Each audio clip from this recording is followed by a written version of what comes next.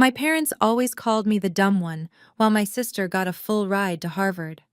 On her graduation day, Dad announced she would inherit everything: a brand new Tesla and a $10 million mansion. I sat silently in the back row until a stranger walked in, handed me a sealed envelope, and whispered, "It is time they learn who you really are." Before I continue this story, let me know where you are watching from in the comments below. Hit like and subscribe if you have ever had to stand up to family who underestimated your worth. My name is Nia and I am 29 years old. Growing up in the affluent neighborhoods of Atlanta, image was absolutely everything to my parents. My mother, Valerie, cared more about her standing in her exclusive sorority and her position at our megachurch than she ever cared about my feelings. My father, Marcus, carried himself like a real estate mogul, demanding respect and projecting a lifestyle of absolute luxury. To the outside world, we were the pinnacle of Black excellence. But behind the custom mahogany doors of our estate, I was the designated failure. My younger sister, Imani, was the golden child who could do no wrong. She was beautiful, arrogant, and had just graduated from Harvard Law School. The evening of Imani's graduation party was designed to be the social event of the season. My parents had transformed their sprawling backyard into a lavish venue that looked like a scene from a movie. Crystal chandeliers hung from the massive oak trees, casting a warm, golden glow over the perfectly manicured lawn. Waiters in crisp white uniforms circulated with trays of expensive champagne and upscale appetizers, blending gourmet caviar with elevated Southern cuisine. A live band played smooth jazz mixed with classic rhythm and blues, setting an atmosphere of unmistakable wealth. This was not just a celebration of a law degree. It was a calculated display of power and status meant to impress Imani's fiancé, Spencer. Spencer was a 30-year-old private equity manager from a family of old white money. He walked around my parents' home with a subtle air of superiority, a smug smile constantly playing on his lips. He loved playing the white savior to a successful Black family, treating my parents with a patronizing fondness that made my stomach turn. But my parents practically worshipped the ground he walked on because his family name brought them the ultimate validation they so desperately craved. I was seated at table 14, the furthest table from the main stage, right next to the swinging doors of the catering kitchen. I was placed alongside distant cousins and elderly relatives who rarely came around. I wore a custom-tailored emerald green silk suit, a piece I had commissioned in Paris, but to my family I was just the college dropout who wore weird clothes. 7 years ago, I had left my pre-med program to teach myself coding and build financial software. My parents had screamed that I was throwing my life away. My mother had literally packed my bags and told me I was a stain on our family's pristine reputation. Since that night, I had spoken to them only a handful of times. They invited me tonight only because keeping me away would raise too many questions among the church elders. The music faded as my father stepped up to the microphone, tapping his crystal champagne flute. The crowd of socialites, politicians, and church members fell silent. Marcus stood tall, wearing a bespoke tuxedo, puffing his chest out as he looked at Imani. "Today we celebrate excellence," he boomed, his voice echoing across the lawn. "We celebrate a young woman who embodies the very best of our family legacy. Imani, you have made us prouder than words can express. You went to Harvard and showed them what brilliance looks like. And as you prepare to marry Spencer and merge two great families, I want to make sure you start your new life with nothing but the best." The crowd murmured in anticipation. My father gestured to the driveway where spotlights suddenly illuminated a brand new, pristine white Tesla wrapped in a massive red bow. Imani gasped dramatically, covering her mouth with her perfectly manicured hands. But my father was not finished. "That is just for your daily commute." He laughed, soaking in the applause. "Spencer, your family has a long history of generational wealth. But we have our own legacy to pass down. Imani, your mother and I are officially transferring the deed to the $10 million Aspen estate into your name. It is your wedding gift, your sanctuary, and your inheritance." The applause was deafening. Imani threw her arms around Spencer, who smiled broadly and patted my father on the back. People cheered and toasted to their unbelievable generosity. I just sat there sipping my sparkling water, watching the charade unfold. I knew things that nobody else in that yard knew. Just then, the scent of heavy floral perfume washed over me. My mother Valerie slid into the empty chair next to me, her smile completely fixed for the cameras, but her voice, a venomous whisper, meant only for my ears. "Look at you sitting here looking completely out of place," she muttered, keeping her teeth perfectly bared in a fake smile. "I told you to wear a proper gown, but you show up in this bizarre green outfit. Spencer's parents are sitting at the front table. They come from real generational wealth, Nia. Do not even think about approaching them and making us look like fools." I turned to look at my mother. Her eyes were hard and completely devoid of any maternal warmth. "I have not said a word to anyone, Mom," I replied evenly. "Keep it that way," she hissed. "You humiliated this family when you dropped out of college 7 years ago to play on the internet. You ruined your own life. We always knew you were the dumb one, but I expected you to at least have some common sense. Now your sister is a Harvard lawyer marrying into a private equity dynasty. Do not open your mouth and ruin this for her. Just sit in the shadows where you belong and watch your sister shine. Maybe if you behave, I will ask Spencer to find you a receptionist job at his firm." She stood up, smoothing her expensive dress, and walked back toward the VIP tables, laughing loudly at a joke someone made, completely dismissing my very existence. She had no idea that her words had absolutely no power over me anymore. I did not feel hurt. I only felt a cold, sharp anticipation. The band started playing an upbeat song, and guests began making their way to the dance floor. Spencer leaned down to kiss Imani, his eyes briefly scanning the crowd, until they locked onto me sitting alone in the back. He offered me a slow, condescending smirk, raising his glass in my direction, as if to toast my pathetic existence from his high horse. I simply held his gaze and offered a tiny smile in return. Suddenly, there was a slight commotion near the entrance of the tent. Two of my father's hired security guards were trying to stop a man from entering. The man was in his late 50s, dressed in a sharp charcoal suit, carrying a thick leather briefcase. It was Mr. Sterling, my personal wealth manager and head of legal counsel. He did not raise his voice or cause a scene. He simply handed the head of security a document that made the large man instantly step aside and lower his head respectfully. Mr. Sterling walked with quiet authority straight through the crowd of dancing socialites, ignoring the curious stares. He bypassed the VIP tables, bypassed my father, who was busy shaking hands, and walked directly to the back of the tent to table 14. He stopped beside my chair, bowing his head slightly. I noticed Spencer watching us from across the yard, his smug smile faltering just a fraction at the sight of this highly professional man treating me with such deep respect. Mr. Sterling opened his briefcase and pulled out a heavy red envelope sealed with wax. He placed it gently on the table right next to my glass of sparkling water. He leaned down and his voice was a low, steady murmur perfectly audible over the music. "The wire transfer is complete," he whispered. $50 million is safely in your private account, Madam Chief Executive Officer. And the foreclosure documents for this property, as well as the Aspen estate, have been finalized. The papers are ready for your signature. It is time they learn who you really are." I let my eyes drift back across the perfectly manicured lawn, past the crystal chandeliers, and the catered feast, past my mother laughing with her sorority sisters and my father puffing his chest. My gaze settled back on Spencer, who was now staring at the red envelope with visible confusion. He had absolutely no idea that the $10 million Aspen mansion he was planning to move into no longer belonged to his future father-in-law. It belonged to me. And the very ground he was standing on was about to be pulled right out from under his feet. The jazz band shifted into a slower tempo, signaling the end of the formal speeches. I remained in my seat at the back of the tent, watching the crowd mingle and celebrate a lifestyle built entirely on smoke and mirrors. That was when Spencer made his move.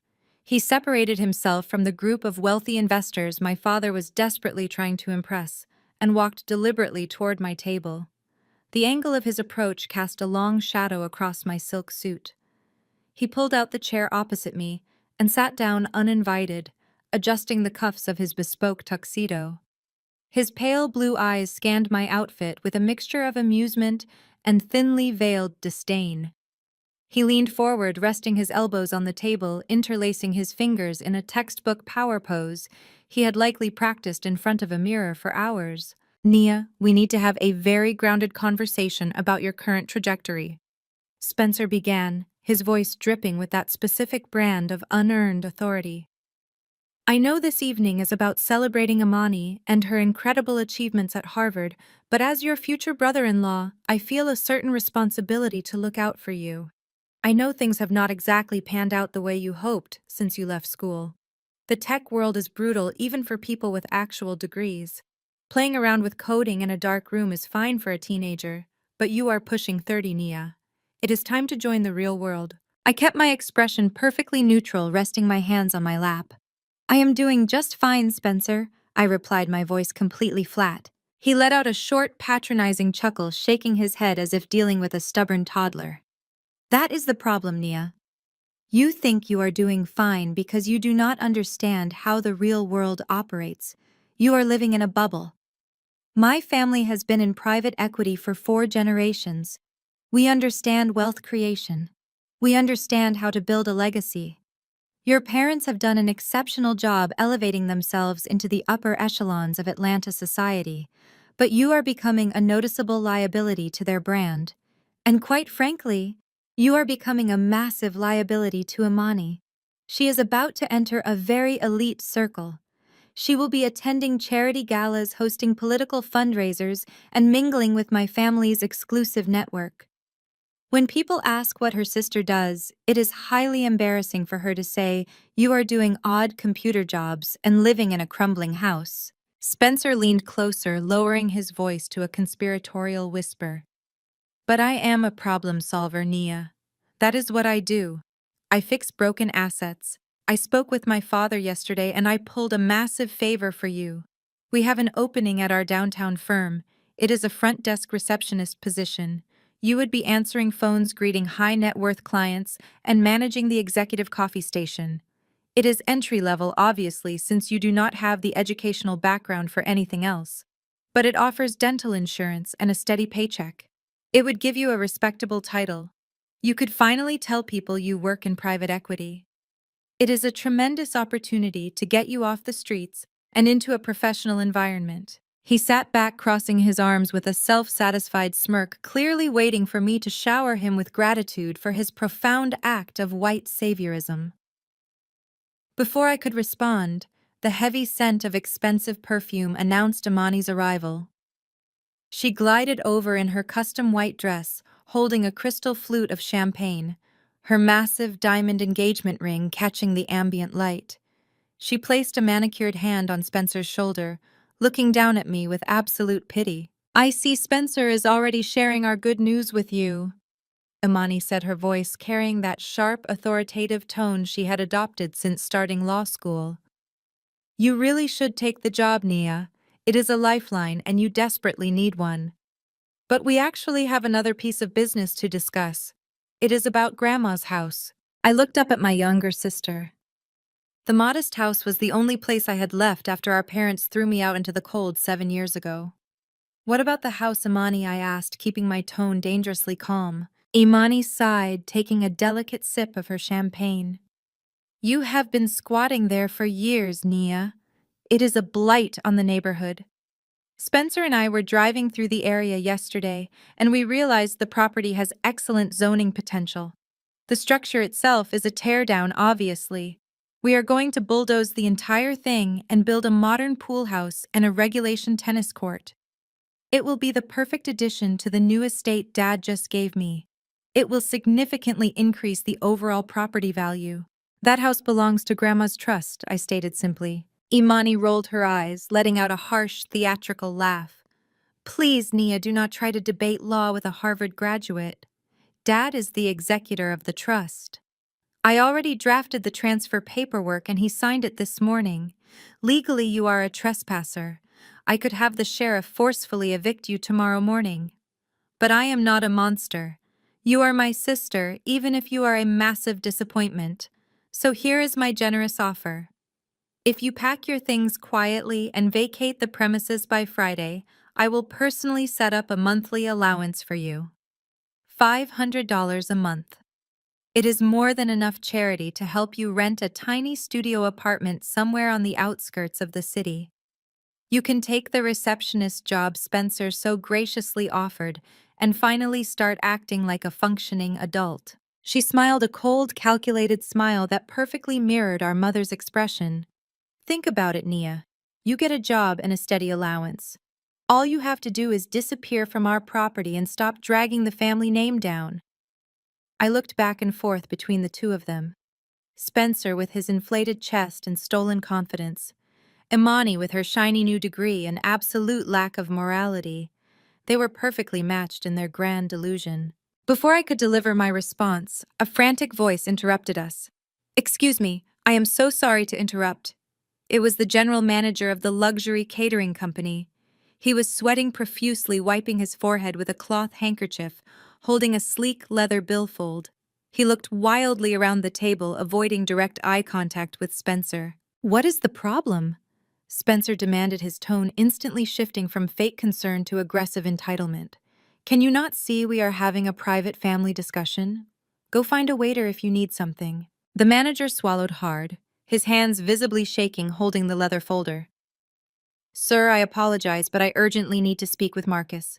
I have been trying to locate him for the past 20 minutes, but he keeps walking away when he sees me approaching. It is regarding the final invoice for tonight's event. Our company policy requires the remaining balance to be cleared before we serve the dessert courses and pour the vintage champagne." I ran the credit card he provided on file, but it was completely declined. I tried running 2 backup cards he gave us earlier, and both of those were rejected by the bank as well. Imani's face flushed deep red. "Declined. That is impossible. My father is a millionaire. Your machine must be broken. Run it again." "I ran them 4 times each, ma'am," the manager pleaded, his voice dropping to an anxious whisper so the other guests would not hear. The bank flagged the accounts for insufficient funds. The total remaining balance for the custom menu, the imported seafood, and the premium open bar is $150,000. If I do not secure a valid payment method in the next 3 minutes, I am under strict orders from my corporate office to shut down the bars, turn on the floodlights, and instruct my staff to begin packing up the food stations. Please, I do not want to ruin the graduation party, but I need payment immediately." Imani stared at the man in utter shock. The color drained completely from her cheeks. The golden child was suddenly faced with the terrifying prospect of her perfect high society party being abruptly shut down in front of her wealthy new in-laws. She turned frantically to Spencer, gripping his arm. "Spencer, do something," she demanded, her voice pitching up in panic. "Pay the man. We will have Dad reimburse you tomorrow morning. Just give him your card so my friends do not see the caterers packing up the food." Spencer cleared his throat, his smug demeanor evaporating into thin air. He suddenly looked very small. He reached into his tailored jacket pocket, but his hand hesitated. $150,000, he repeated nervously. "Imani, honey, you know my assets are tied up in corporate escrow right now. I cannot authorize a personal transaction of that magnitude without liquidating a portfolio. My daily limit on this card is only $10,000. The great private equity savior suddenly could not save his own graduation party. The irony was exquisite. He stood there patting his pockets, sweating right alongside the catering manager, completely powerless. I smiled. A slow, genuine, relaxed smile. I uncrossed my legs, reached into my designer handbag, and pulled out a solid metal Centurion black card. I placed it gently on top of the leather billfold in the manager's shaking hands. "Run this," I said, my voice smooth and perfectly calm. "Clear the entire $150,000 balance and add a 20% gratuity for your staff. They have worked incredibly hard tonight." The manager stared at the heavy black metal card, his eyes going wide. He instantly recognized what it was. An invitation-only card reserved for the absolute top tier of the financial elite. He practically bowed. "Yes, ma'am. Right away, ma'am. Thank you so much." He rushed off toward the kitchen as fast as his legs could carry him. I leaned back in my chair, interlacing my fingers, resting my elbows on the table, mimicking the exact power pose Spencer had used 5 minutes earlier. I looked at the two of them. Spencer was staring at the space where the black card had just been, his jaw slightly slack. He knew the financial requirements to hold that specific card. He knew it required a minimum annual spend that dwarfed his entire net worth. Imani just looked confused, entirely missing the magnitude of what had just happened.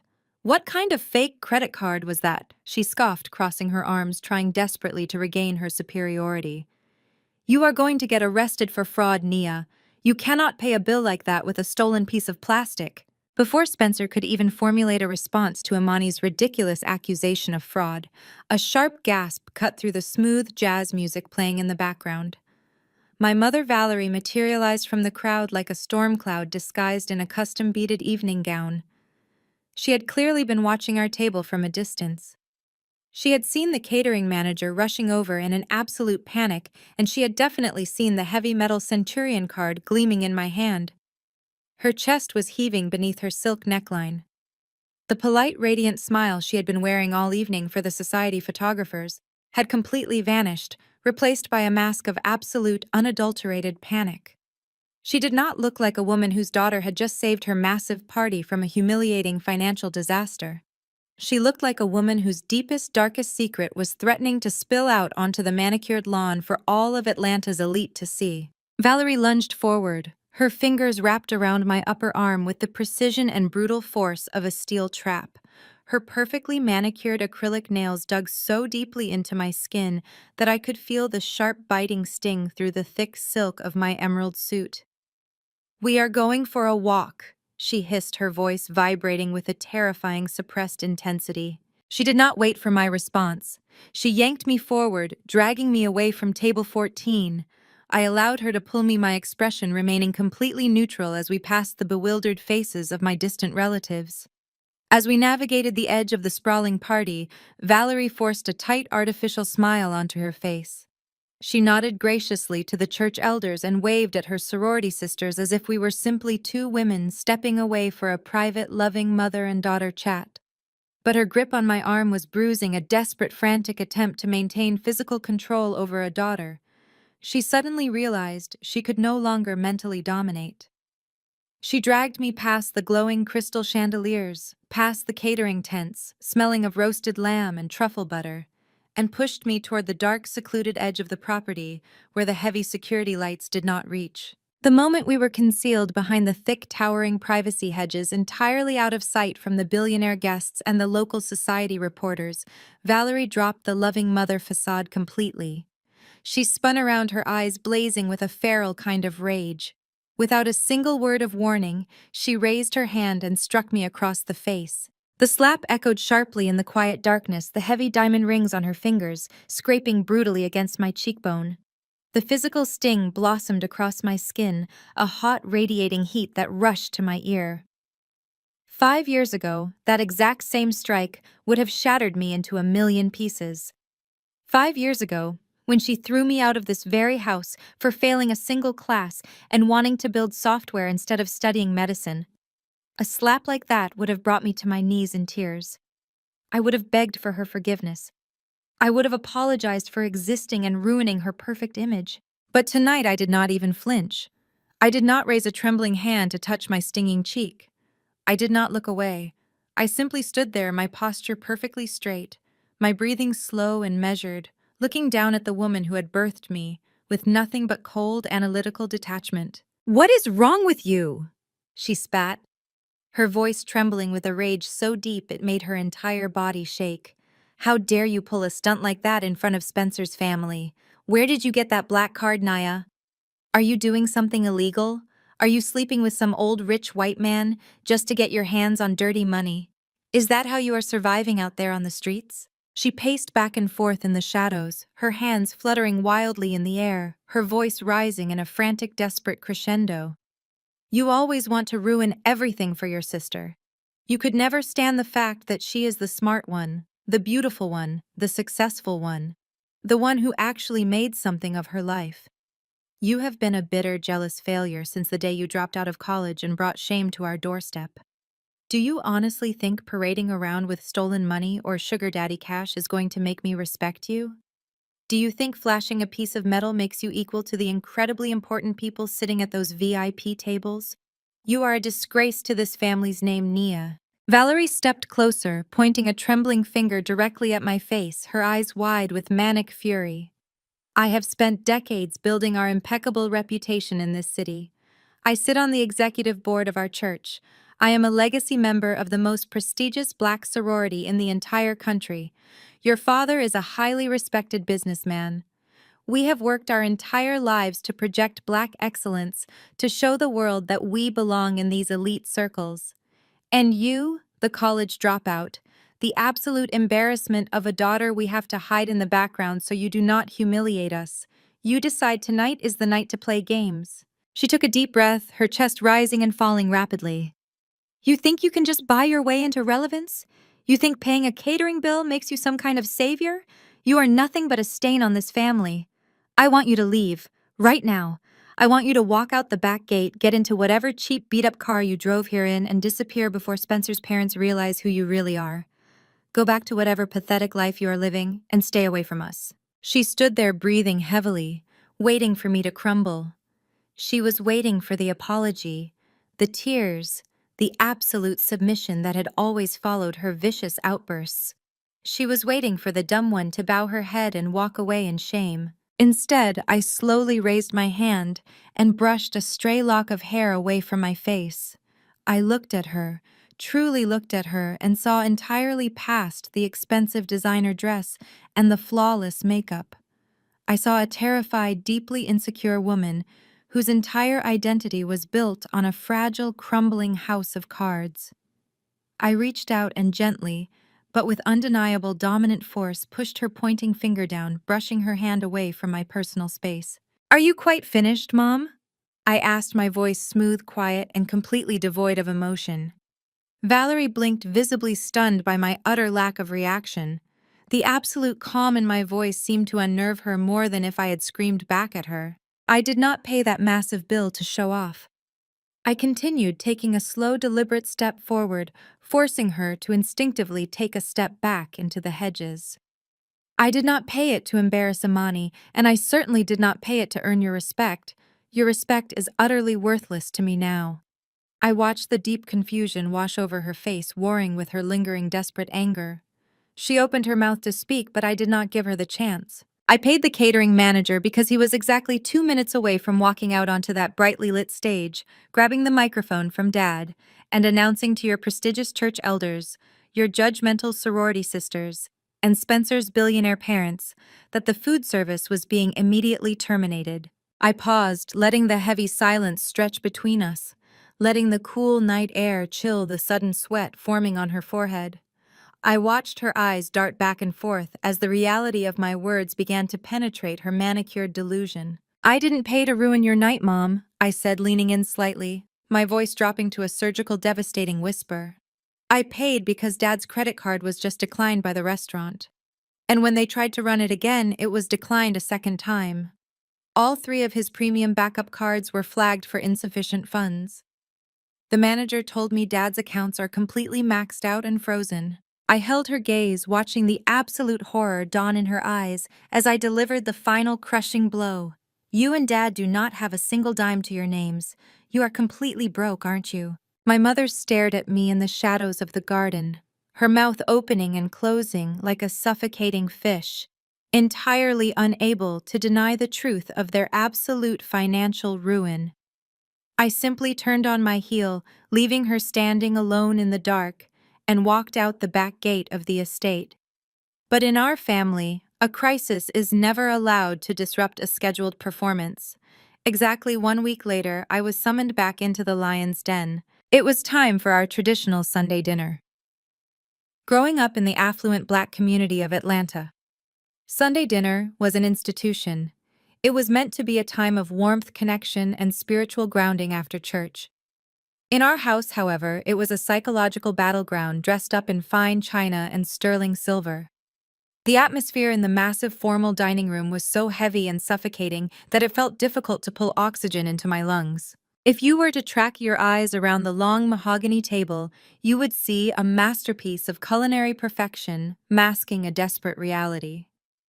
Platters of smothered chicken, golden baked macaroni, and cheese crusty around the edges, slow-cooked collard greens simmering with smoked turkey tails, and perfectly candied yams covered every inch of available space. Yet nobody was truly eating. The clinking of silverware against expensive porcelain echoed sharply in the oppressive silence. My father Marcus sat at the absolute head of the table carving the meat with aggressive, calculated precision. He was in his full Sunday best, still wearing his tailored suit from his morning duties as a senior deacon at our mega church. He loved projecting authority. He cleared his throat, utilizing that deep, resonant baritone voice he usually reserved for the pulpit and demanding tithes from the congregation. He began to preach. He did not speak to us, he delivered a sermon at us. He talked about unity. He lectured about how a strong black family must operate like a closed fist, with all fingers tightly curled together to strike down any obstacles in this unforgiving world. He talked extensively about our legacy, about building a generational empire that the entire city of Atlanta would be forced to respect for decades to come.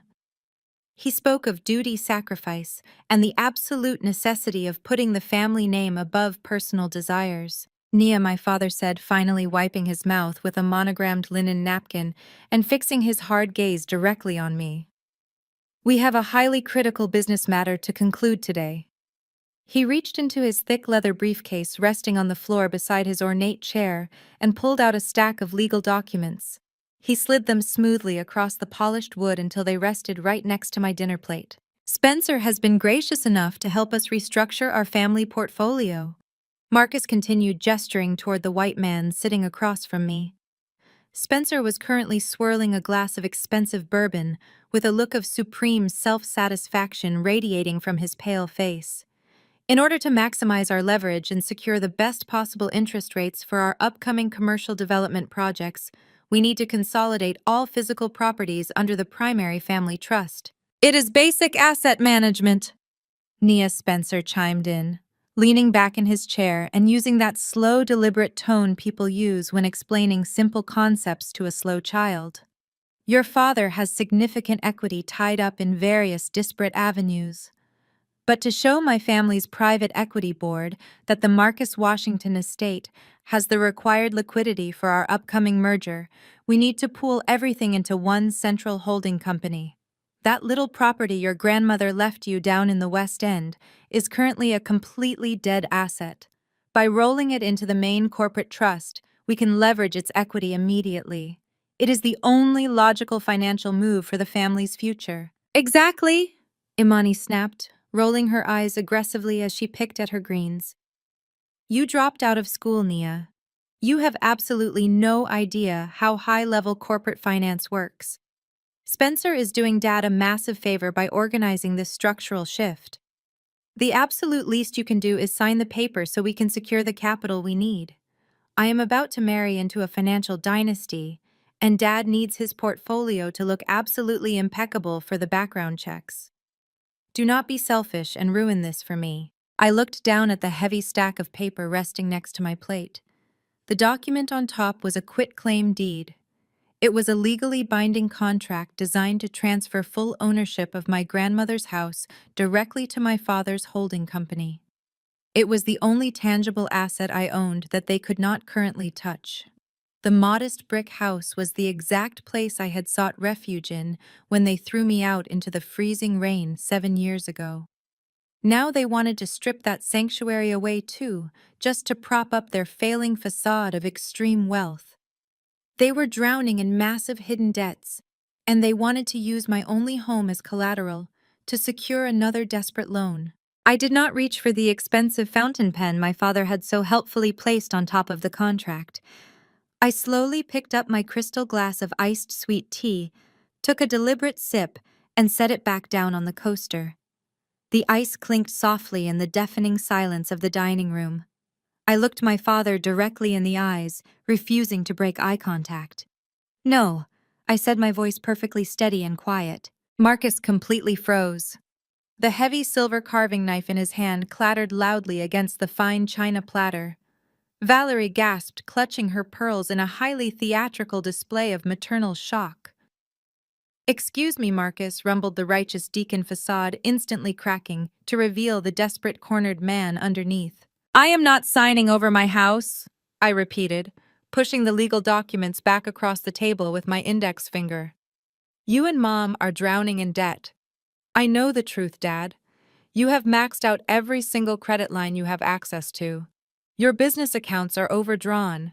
I am not letting you use the only home I have left to secure another high-interest predatory loan that you can never possibly repay." Marcus slammed his heavy fist down on the mahogany table with such brutal, sudden force that the wine glasses toppled over, spilling dark red liquid across the pristine white tablecloth like fresh blood.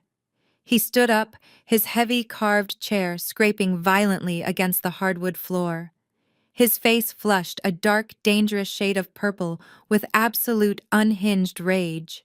"How dare you speak to me that way in my own house?" he roared, pointing a trembling, furious finger directly at my face. "I am your father. I am the head of this family. I bought that house you are living in. I paid for it with my own hard-earned money 20 years ago when your grandmother could not afford the mortgage payments anymore. That property belongs to me. I have every right in the world to take it back, and you will sign that paper right now." I did not flinch at his shouting. I did not cower the way I used to when I was a terrified college student. I reached calmly into my leather bag and pulled out a thick manila folder, the exact one Mr. Sterling had carefully prepared for me. I tossed it onto the center of the table, letting it land right on top of the spilled red wine. "You did not buy that house, Dad," I stated, my voice slicing through his screaming like an ice-cold blade. "You stole my life insurance money to buy it." The thick manila folder sat on the mahogany table, absorbing the spilled red wine like a sponge. For 3 agonizing seconds, no one drew a breath. The silence in the dining room was so absolute it felt like a vacuum pressing against my eardrums. Then the entire room erupted into absolute unhinged chaos. Marcus's face went from a dangerous purple to a sickly ashen gray, but he compensated for his sudden terror with sheer deafening volume. He slammed his heavy fists against the table again, making the fine china rattle and crash. He roared that I was a pathological liar, a deeply sick individual who had completely lost touch with reality. Valerie did not just yell. She practically lunged across the table, her perfectly coiffed Sunday hair flying out of place, her manicured hands grasping blindly at the air, as if she wanted to physically rip the words straight out of my mouth. "How dare you fabricate such disgusting, malicious lies!" she shrieked, her voice cracking into a hysterical, piercing pitch. "You forged those papers. You printed some fake documents off the internet because you are a sick, jealous girl who cannot stand to see your sister happy. You are trying to destroy this family." I did not flinch. I did not raise my voice to match their screaming. I simply tapped my fingernail against the top of the folder. "Look at the federal notary seal, Mom," I replied smoothly. "Look at the bank transfer identification numbers. You cannot print certified life insurance payouts off the internet. You and Dad liquidated the policy Grandpa left for me when I turned 18, and you used it to buy Grandma's house through a shell company so no one would trace it." Imani slammed her hands over her ears, acting like a petulant child rather than a grown woman with a law degree. "Shut up!" she screamed, her face contorted in a massive, ugly scowl. "Just shut up and get out of our house. You are insane, Nia. You live in a dump and you are just furious that Dad is a millionaire who just bought me a brand new Tesla and an Aspen estate. You are a broke, pathetic loser trying to ruin my life. Spencer, tell her to leave. Make her leave." But Spencer was not looking at Imani. He was not looking at me. While my parents were screaming and my sister was throwing a massive tantrum, Spencer had quietly reached across the table and pulled the wine-stained manila folder toward him. He was a private equity manager. He spent his entire life analyzing asset transfers, corporate structuring, and legal deeds. I watched his pale blue eyes scan the documents. I watched the exact second his brain processed the irrefutable legal proof of my father's massive financial fraud. The smug, superior smirk completely vanished from his face. He slowly closed the folder, pushed his chair back, and stood up. He physically took 2 large steps away from my father, treating Marcus like he was suddenly radioactive. Imani was still screaming, waving her diamond ring in the air. Dad bought me a $120,000 car with cash. He is rich. You are just a jealous liar. I turned my attention away from my hyperventilating mother and locked eyes with my sister. You mean the pristine white Tesla currently parked in the circular driveway? I asked, my voice slicing through the chaotic room like an ice-cold blade. The one with the massive red graduation bow still sitting on the dashboard. Yes, the Tesla. Imani yelled, tears of absolute rage streaming down her face, ruining her expensive makeup. The car that proves you are a delusional liar. I did not argue. I calmly reached into my tailored suit pocket and pulled out my phone. I unlocked the screen, pulled up a specific application, and tapped a single, highly deliberate button. You are right, Imani, I said, keeping my gaze entirely fixed on her furious face.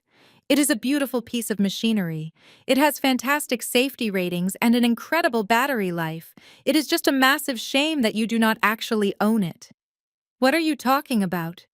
Marcus bellowed, his chest heaving as he tried to project his fading patriarchal authority. I bought that car, I hold the keys. Within seconds, the heavy, suffocating quiet of our elite suburban neighborhood was violently shattered. The piercing, unmistakable wail of police sirens echoed down the tree-lined street, growing louder and more aggressive by the second. Accompanying the sirens was the heavy mechanical grinding of a commercial flatbed tow truck. Red and blue lights began flashing violently against the colonial brick walls of the house, strobing aggressively through the formal dining room windows, painting my parents' horrified faces in alternating colors of panic. Valerie froze, a sudden, breathy gasp escaping her lips. Marcus stumbled backward, his knees hitting his heavy carved chair. The entire family abandoned the ruined Sunday dinner, rushing frantically out of the dining room and spilling onto the grand front porch. I walked slowly behind them, entirely unbothered, stepping out into the warm Atlanta afternoon air, just in time to watch the absolute destruction of their flawless public image. 2 local police cruisers were parked at steep, aggressive angles across the bottom of our driveway, their light bars flashing brightly for the entire neighborhood to see. A massive heavy-duty tow truck was actively backing up the pristine stamped concrete driveway, its reverse alarm beeping loudly, aiming directly for the white Tesla. What in the world is going on here? Marcus roared, charging down the front steps, waving his arms frantically. Stop that truck immediately. I am Deacon Washington. I demand you get off my property this instant. Do you have any idea who I am? 2 police officers stepped out of their cruisers, their hands resting cautiously on their duty belts. A 3rd officer holding a metal clipboard walked calmly up the driveway to meet my raging father. Are you Marcus Washington? The officer asked, his voice projecting a firm, no-nonsense authority that completely neutralized my father's blustering. Yes, I am, Marcus yelled, pointing at the tow truck operator, who was already attaching heavy metal chains to the Tesla's front axles. That is my daughter's vehicle. I purchased it 2 days ago. Tell him to unhook it right now, or I will have your badges. The officer did not even blink. He simply looked down at his clipboard. Sir, we are responding to a confirmed report of grand theft, auto, and felony identity fraud. This vehicle was not purchased with cash. It was heavily financed through a high-risk lender, and it was not financed under your name or your social security number. It was financed under the social security number of a Ms. Nia Washington. The blood completely drained from Valerie's face. She grabbed the porch railing to keep her legs from buckling. Imani let out a high-pitched hysterical shriek, clutching her graduation keys to her chest as if holding them tighter would change reality. Are you Nia Washington? The officer asked, looking at my father with a raised eyebrow. I stepped smoothly past my trembling mother and walked down the brick steps. I am Nia Washington, I said, handing the officer my driver's license. And I did not authorize the purchase or financing of a $120,000 vehicle. The officer checked my ID, nodded respectfully, and signaled the tow truck driver to proceed. It was a brilliantly desperate move, I said, turning to face my father. My voice carried clearly across the manicured lawn. I wanted to make sure the wealthy neighbors, who were now stepping out onto their expansive porches and holding up their cell phones to record the spectacle, heard every single word. When you went to the luxury dealership, they probably laughed you out of the finance office. I continued watching Marcus physically shrink under the weight of his exposed crimes. Your business accounts are overdrawn. Your debt-to-income ratio is astronomical. Your personal credit score is completely radioactive. You could not finance a bicycle, let alone a luxury electric vehicle. So you did what any desperate bankrupt man trying to impress his wealthy future son-in-law would do. You used the clean, perfect credit of the daughter you threw away.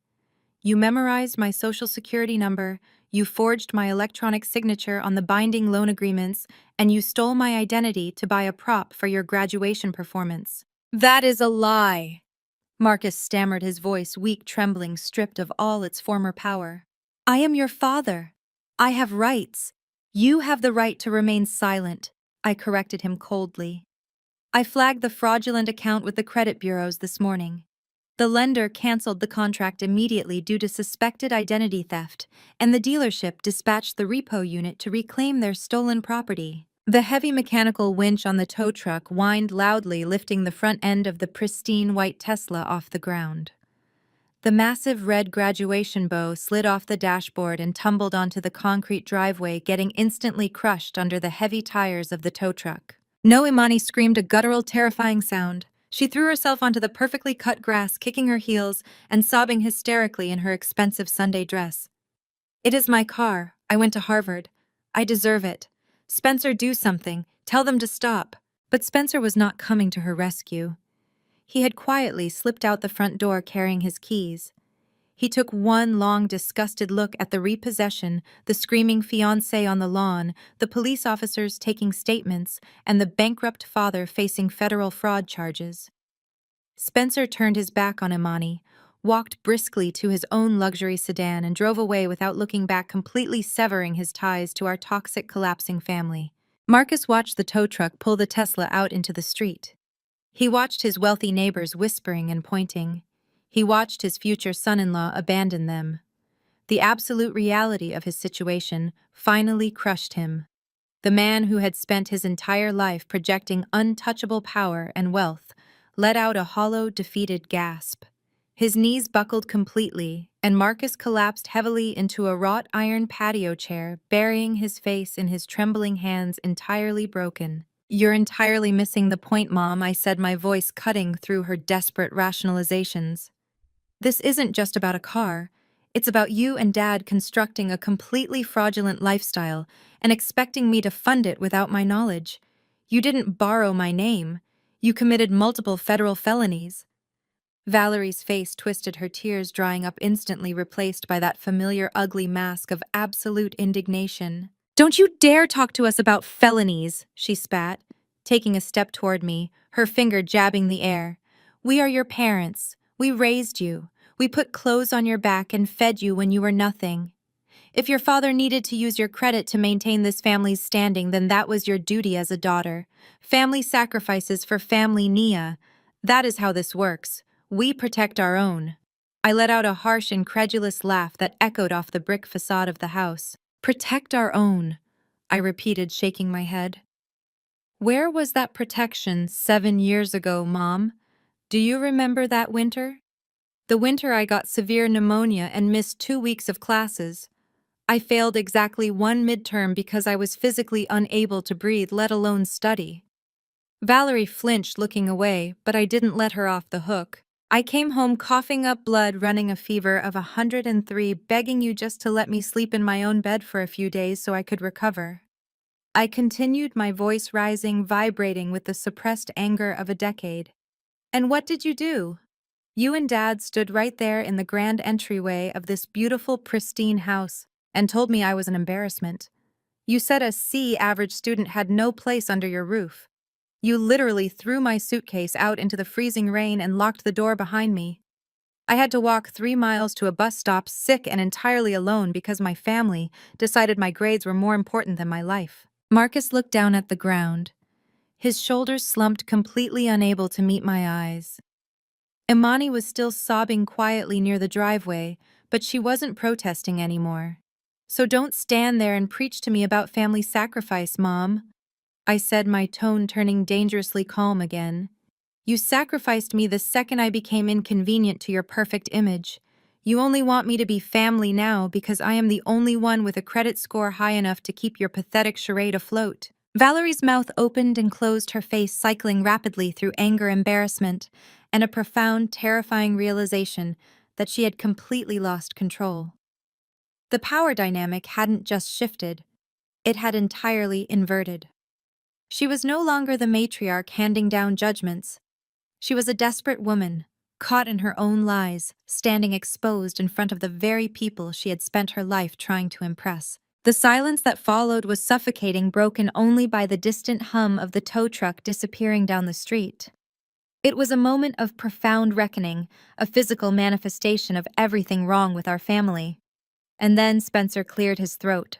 He had been standing near the edge of the porch, observing the entire scene with that infuriatingly calm, analytical expression he usually reserved for reviewing quarterly earnings reports.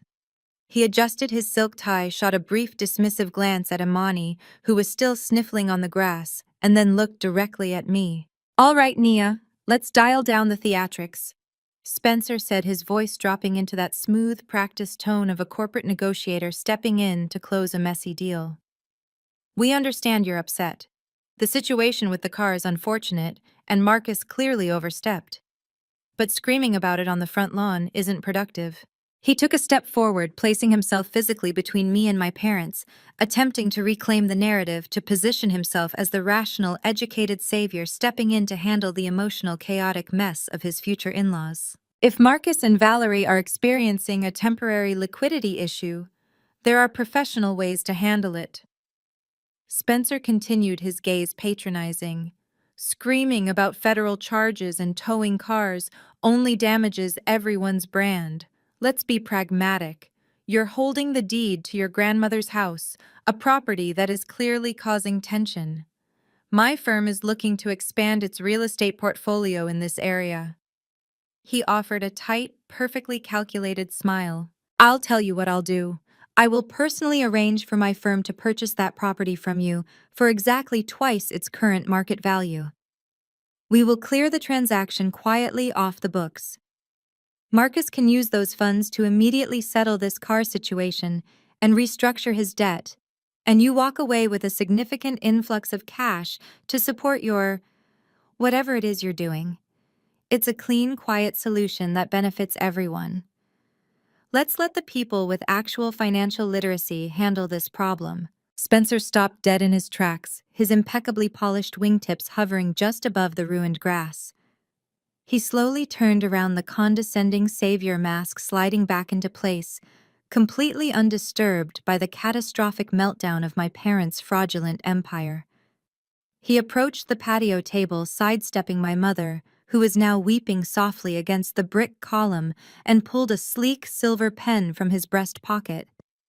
He retrieved a folded document from his inner breast pocket, laying it out on the table with deliberate, exaggerated slowness. It was a purchase agreement, neatly typed, lacking only a signature. Imani instantly rushed to his side, throwing her arms around his bicep, practically burying her face in his jacket. "Spencer is going to fix this," she declared, her voice still hitching with sobs, but instantly regaining its arrogant edge. "He knows how to handle these kinds of complex financial situations. He is not going to let this ruin our wedding, Nia.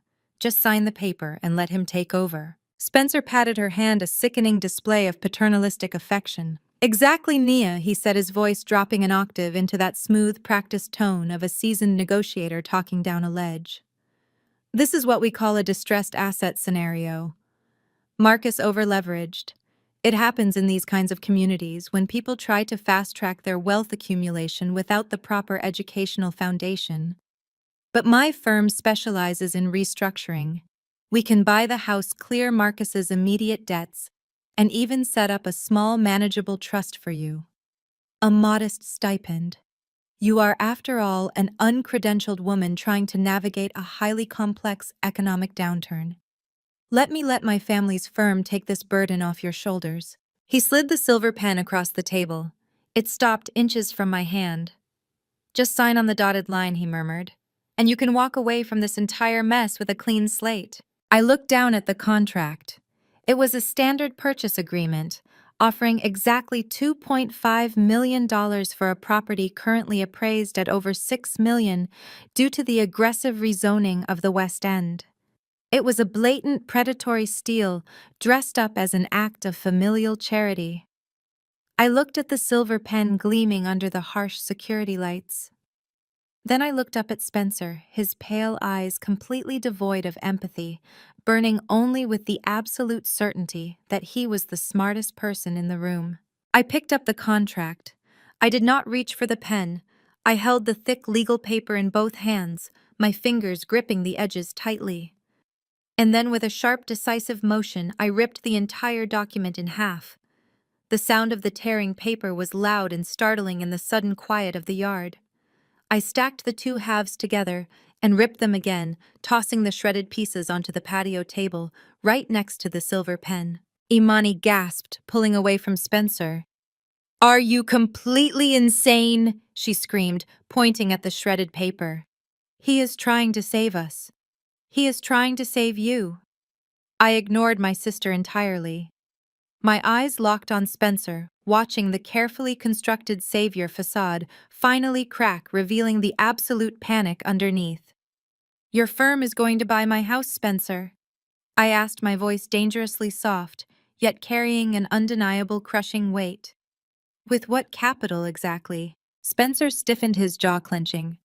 "I do not think you understand how corporate acquisitions work, Nia," he stammered, his smooth delivery suddenly failing him. "We have diversified holdings. We have liquidity." "You have absolutely zero liquidity," I stated, stepping forward, invading his personal space, forcing him to instinctively lean back. "You manage the Sterling Blackwood portfolio. I know exactly how your firm operates. In fact, I know exactly what your firm did on the 14th of last month." Spencer's eyes widened, the color draining from his face just as rapidly as it had drained from my father's. He opened his mouth, but no words came out. "Your firm is severely overleveraged in commercial real estate," I continued, my voice echoing off the brick walls, dismantling his entire identity piece by piece. "You made 3 massive, catastrophic bets on downtown office spaces right before the market collapsed. Your investors are panicked. Your board is panicked. And exactly 3 weeks ago, your father authorized an emergency high-interest bridge loan of $15 million just to make payroll and keep the doors open for another quarter." Imani stared at him, her tear-streaked face twisting in utter confusion. "Spencer, what is she talking about?" she demanded, tugging on his sleeve. "Tell her she is lying. Tell her your family is rich." Spencer did not answer her. He could not even look at her. He was staring at me with a look of pure, unadulterated terror. "How do you know that?" he whispered, his voice cracking, completely stripped of its arrogant authority. "Those records are sealed. They are internal corporate documents. How could a college dropout possibly know about the bridge loan?" I did not answer him immediately. I reached into my leather bag and pulled out a second manila folder, tossing it onto the patio table. It landed with a heavy thud right on top of his shredded contract. "Because I am not just a college dropout, Spencer," I said, my voice ringing with absolute chilling clarity. "I am the CEO of Apex Financial Analytics. We provide the algorithmic risk assessment software that the major banks use to evaluate high-risk loans. The bank you begged for, that $15 million, used my software to analyze your firm's desperate financial standing." I let that sink in, watching the realization hit him like a physical blow. And more importantly, I continued, leaning in so close I could smell the expensive scotch on his breath. "I am the private investor who ultimately purchased that debt. I hold the note on your $15 million bridge loan, Spencer.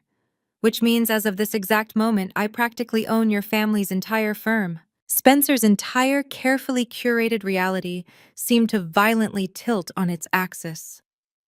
The perfectly manicured lawn, the towering brick columns of my parents' house, the flashing red and blue police lights reflecting off the neighborhood trees. Everything around him suddenly shifted into a sickening, disorienting angle. It was as if the ground had literally dropped out from beneath his expensive Italian leather shoes.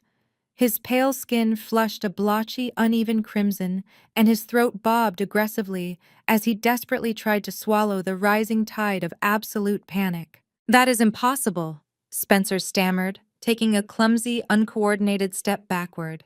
His polished corporate mask had completely dissolved, leaving behind nothing but a terrified, cornered boy playing dress-up in a tailored suit. "You are bluffing. You are a broke girl with no credentials. Apex Financial is a multi-billion-dollar tech firm. You do not run it. You do not own our debt. This is just another one of your pathetic, desperate lies to cause drama." I did not waste my breath arguing with him. I did not need to. I simply looked past his trembling shoulders, directing my calm gaze down the long, sweeping driveway. The flashing lights of the police cruisers briefly illuminated a sleek, jet-black Maybach pulling up right behind the idling tow truck. The driver immediately stepped out and opened the rear door. A tall, impeccably dressed older gentleman with silver hair and a sharp charcoal suit stepped onto the concrete. He held a thick, heavy leather briefcase in his right hand. It was Mr. Sterling, my lead corporate attorney, and the chief legal counsel for Apex Financial.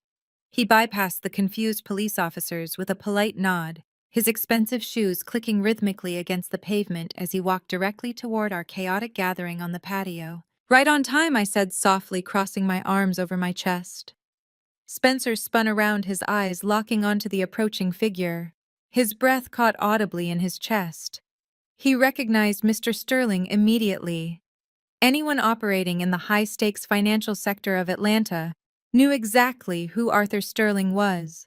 He was the legal executioner for the city's elite, a man who only appeared in person when billions of dollars or severe federal indictments were on the line. Mr. Sterling glided up the brick steps, his expression entirely neutral, completely unfazed by my mother weeping against the brick pillar or my father staring blankly into space. He stopped right beside me, snapping the latches of his briefcase open with two sharp metallic clicks.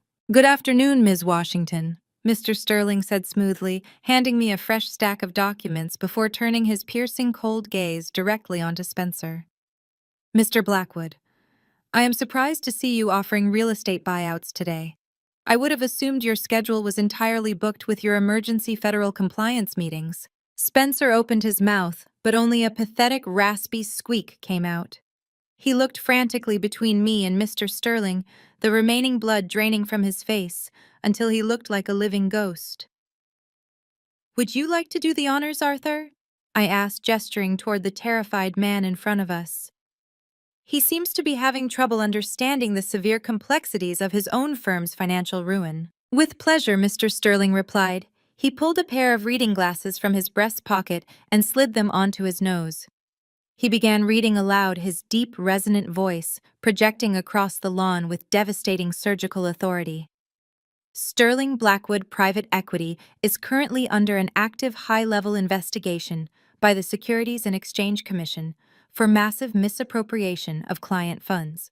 Your firm has been operating a sophisticated Ponzi structure for the last 3 years, using new investor capital to pay off old toxic debts. Your commercial real estate portfolio is entirely underwater.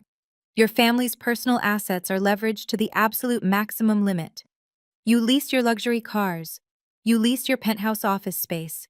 You are by every legal and financial definition completely insolvent." Spencer took another step back, his hands shaking violently at his sides. "Stop," he pleaded, his voice cracking. "Stop talking right now." But Mr. Sterling was merciless. He flipped to the next page, holding it up so the bold black text was clearly visible under the porch lights. "Furthermore, to avoid defaulting on your immediate payroll and masking the missing funds from the SEC auditors, your father authorized a high-risk predatory bridge loan of $15 million last month. A loan that was quickly sold on the secondary market and purchased in its entirety by Apex Financial Analytics. As my client, Ms. Washington, just stated, If you miss a single payment, which you inevitably will, she has the legal authority to seize every single remaining liquid asset your family possesses. The silence that followed was absolute. The myth of the wealthy old money Blackwood dynasty had just been atomized, scattered to the wind like cheap dust. They were not elite. They were not untouchable. They were nothing but desperate high-class grifters playing a dangerous game of fake it till you make it, and the game had just violently ended. They were facing crippling fines from the SEC and imminent federal prison time, and they had been scrambling for a lifeline to keep their sinking ship afloat. Imani was staring at Spencer, her chest rising and falling in rapid, shallow breaths.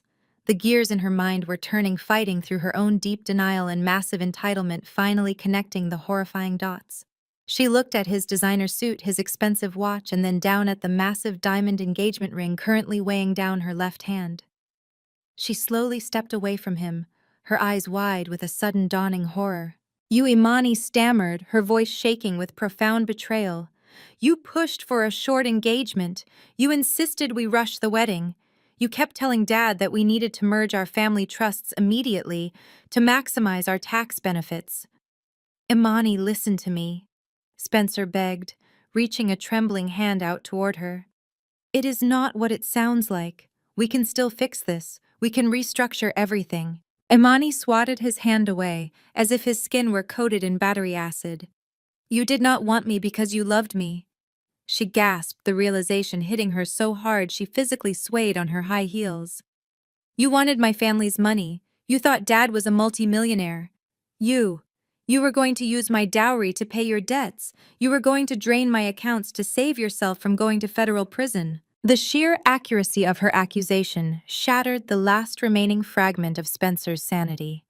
The terrified cornered boy vanished instantly, replaced by a vicious cornered animal. If he was going down, he was going to take the entire Washington family down into the mud with him. Spencer let out a harsh, barking laugh, his face twisting into a cruel, unhinged sneer. He dropped all remaining pretenses of high society manners, glaring at Imani with absolute undisguised contempt. "Your dowry." Spencer mocked, his voice dripping with venom. "Your accounts. Wake up, Imani. Look around you. Look at your pathetic, bankrupt father sitting in that chair. Look at your mother crying over a car she just tried to steal. You think you are royalty. You think you are some kind of untouchable high society princess. You are nothing. Your family is a bunch of fraudulent rags, too." Imani flinched, tears welling up in her eyes again. "Shut up," she cried. "My dad is rich. He promised us the Aspen estate for our wedding gift." Spencer laughed louder, a manic echoing sound that made Valerie cover her face in deep, agonizing shame. "The Aspen estate," he yelled, pointing a shaking, accusatory finger directly at Marcus. "Ask him about the Aspen estate, Imani. Ask your rich daddy where it is. Because my firm did the background check on his assets 3 weeks ago when we started drawing up the prenuptial agreements. The $10 million mansion your dad promised you was foreclosed by the bank last month." Imani froze. She slowly turned her head, looking at Marcus. "Dad," she whispered, her voice fragile, begging for a denial. "Dad, tell him he is lying." But Marcus Washington did not look up. He sat paralyzed in his wrought iron chair, staring blankly at the shredded pieces of the quitclaim deed scattered across the patio table. He had nothing left to say. There were no more sermons to preach, no more lies to spin, no more authority to project. His entire empire of dirt had been washed away, leaving him completely exposed in the harsh, unforgiving light of the truth. The absolute paralysis holding Marcus hostage shattered the second Spencer's arrogant words fully registered in his brain. The illusion was dead. The mutual con was exposed. And like two starving wolves realizing there was no meat left on the bone, the father-in-law and the son-in-law turned their fangs entirely on each other. Marcus shot out of his wrought iron chair with such explosive force that it tipped over and clattered against the brick patio. He lunged across the space separating them, grabbing the lapels of Spencer's custom-tailored suit. "You parasitic little fraud!" Marcus roared, his baritone voice cracking with unhinged fury. You came into my house drinking my liquor and eating my food, acting like you were Wall Street royalty. You are nothing but a broke white gold digger who thought he could use his privilege to infiltrate a hardworking black empire and drain my family dry. You targeted my daughter because you thought I would blindly write checks to save your failing, pathetic firm. Spencer did not cower. With his own reputation completely incinerated, the polished country club manners evaporated, revealing a vicious, entitled core. He violently shoved Marcus's heavy hands off his chest and shoved the older man backward. An empire. Spencer spat out a harsh, barking laugh tearing from his throat. Are you completely delusional, Marcus? You do not have an empire. You have a mountain of predatory loans and a closet full of expensive suits. You are a complete fake. You parade around this gated community and your megachurch acting like you are the pinnacle of high society, but you are nothing but a desperate fraud drowning in debt. You have been playing dress-up for years. Imani stood frozen on the lawn, her hands covering her mouth in sheer horror as the two men she worshipped viciously dismantled each other. You promised my family a $5 million cash injection into our holding company. Upon the marriage, Spencer yelled, stepping aggressively toward Marcus. My father only approved this ridiculous wedding because you swore you had the liquid capital to stabilize our real estate portfolio. You lied to us. You promised us the Aspen estate as collateral. Because you swore your family's trust fund was worth $500 million. Marcus screamed right back, his face a mask of purple rage. You sat in my office and told me your private equity board would absorb my commercial debts the second you married Imani. I only agreed to pay for this $1 million wedding spectacle because I thought you were going to bail out my manufacturing firm. You do not have a dime. You are facing federal prison. You are a broke, worthless con artist trying to use my daughter as a human shield against the SEC. The sheer, ugly truth hung in the humid Atlanta air. They had both been playing the exact same high-stakes game of financial chicken. Marcus needed Spencer's old money reputation and supposed liquid wealth to save his drowning businesses. Spencer needed Marcus's flashy, self-made cash to plug the massive bleeding holes in his over-leveraged firm. Two desperate, bankrupt men, both trying to extract a fortune from the other, only to realize the vault was completely empty on both sides. Valerie let out a long, agonizing wail. It was not a cry of concern for her daughter's shattered engagement or her husband's collapsing health. It was the sound of a woman watching her entire social currency burn to ash. She slumped against the brick column of the porch, sliding down until she was sitting on the hard concrete, clutching her designer pearls as if they could somehow anchor her to reality. The church, Valerie sobbed, rocking back and forth. The neighbors. Everyone is watching. The police are in our driveway. The car was towed. Everyone is going to know. The ladies on the auxiliary board are going to feast on this. We are ruined, Marcus. We can never show our faces at Sunday service again. Deacon Washington is a fraud. I am ruined. My reputation is completely destroyed. Shut up, Valerie, Marcus snapped, whirling around to glare at his weeping wife. Just shut up and let me think. He reached up and violently yanked at his silk tie, loosening it around his thick neck as he paced the patio like a caged animal. He refused to look at the police cruisers still parked at the end of the driveway. He refused to look at Imani, who had dropped to her knees on the grass, staring blankly at the shredded pieces of my grandmother's quitclaim deed. Marcus was a man who had spent 3 decades bending reality to his will through sheer volume and intimidation.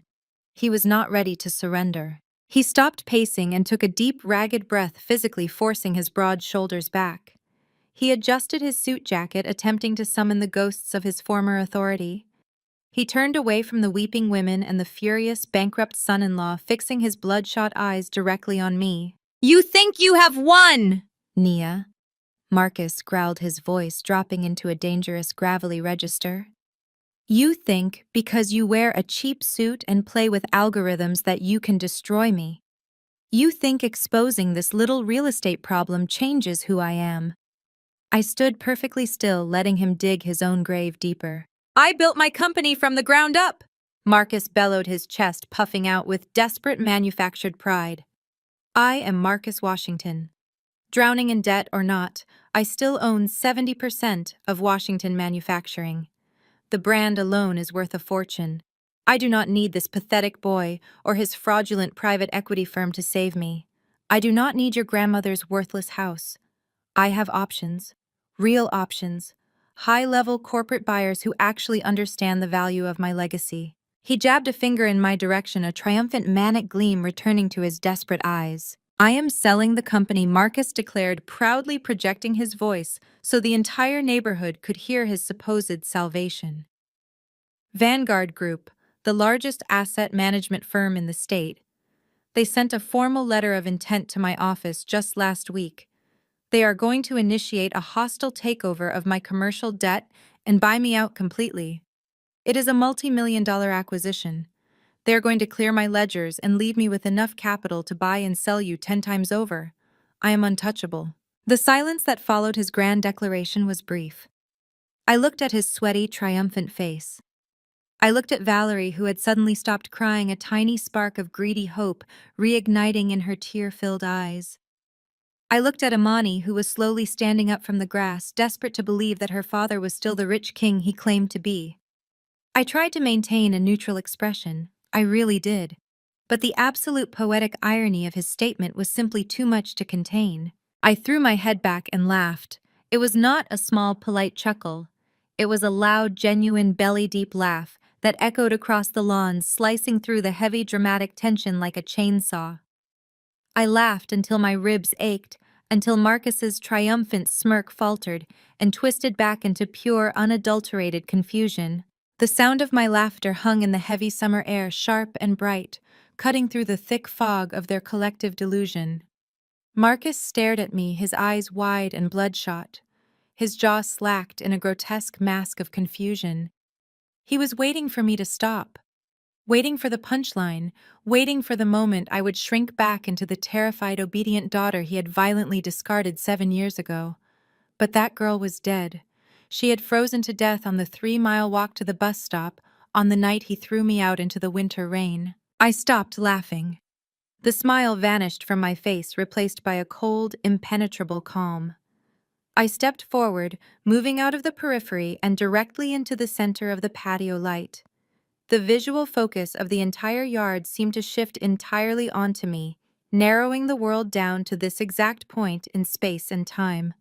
Everyone else, my weeping mother clutching the brick pillar, my shattered sister kneeling in the grass, the wealthy neighbors still recording from their manicured lawns, simply faded into the dark, blurred background. You really think Vanguard Group, a multi-trillion-dollar global asset management firm, suddenly decided to swoop down and play savior to a failing mid-level manufacturing plant in Atlanta? I asked, my voice carrying a quiet, lethal authority. Do you truly believe a corporate giant woke up last week and felt a sudden burst of charity for a man drowning in high-interest debt and fraudulent commercial loans? Marcus gripped the arms of his wrought iron chair, his knuckles turning stark white. They sent a formal letter of intent, he repeated, his voice barely a hoarse whisper. It was on official letterhead. They offered a full buyout. They are going to clear my ledgers. They sent a letter of intent to broker a hostile takeover on behalf of a private client. I corrected him, taking another slow, deliberate step toward the mahogany table. Vanguard does not buy toxic debt for their own portfolio, Dad. They act as an intermediary. They execute aggressive acquisitions for anonymous private equity funds who specialize in distressed assets. They find bloated, failing companies run by arrogant men who are desperate for a lifeline, and they facilitate the execution. I turned my head slightly, not breaking eye contact with my father, and gave Mr. Sterling a subtle fractional nod. The attorney did not say a single word. He reached into his thick leather briefcase for the third and final time. He pulled out a heavy black leather folio, the kind reserved for final binding corporate acquisitions. He stepped forward and dropped it onto the exact center of the table. The heavy thud of the folio hitting the wood sounded like a judge's gavel coming down to deliver a final, inescapable sentence. These are the finalized Vanguard acquisition documents, Mr. Sterling stated, his voice a perfect, emotionless baritone. The transfer of all commercial debt, intellectual property, and physical assets belonging to Washington Manufacturing, as well as the majority debt holding of Sterling Blackwood Private Equity. Everything is bound notarized and legally executed as of 4 o'clock this afternoon. For a fraction of a second, nobody moved. The humid air felt practically electrified. Then the sheer primal instinct of survival kicked in. Marcus and Spencer, the two men who had spent the last hour posturing as untouchable titans of industry, lunged for the black folio at the exact same time. It was a pathetic, disgusting display. They bumped shoulders, their hands grappling and slipping over the leather cover, pulling the heavy document back and forth like starving dogs fighting over a scrap of meat. Spencer managed to pry the cover open first, his pale, manicured fingers trembling violently as he flipped through the thick stack of legal parchment. Marcus leaned over him, his heavy chest heaving, his eyes frantically scanning the dense paragraphs of corporate jargon. They were searching for salvation. They were looking for the loopholes, the buyout clauses, the golden parachutes that would allow them to walk away from the wreckage of their fraudulent empires with their pockets full and their reputations intact. But there were no golden parachutes. The terms of the acquisition were brutal, surgical, and absolute. The anonymous distressed debt fund had not just purchased their debts, it had weaponized them. The fund now held total controlling interest over Washington Manufacturing and complete leverage over Sterling Blackwood Private Equity. Every bank account, every physical warehouse, every piece of manufacturing equipment, every corporate vehicle, and every outstanding client contract now belonged entirely to the acquiring entity. Valerie slowly stood up from the concrete, her hands trembling as she wiped the ruined mascara from her cheeks. "Marcus?" she whispered, her voice fragile and laced with a terrifying realization. "Marcus, what does it say? Tell me we are not losing the house." Marcus did not answer her. I watched his eyes dart across the pages.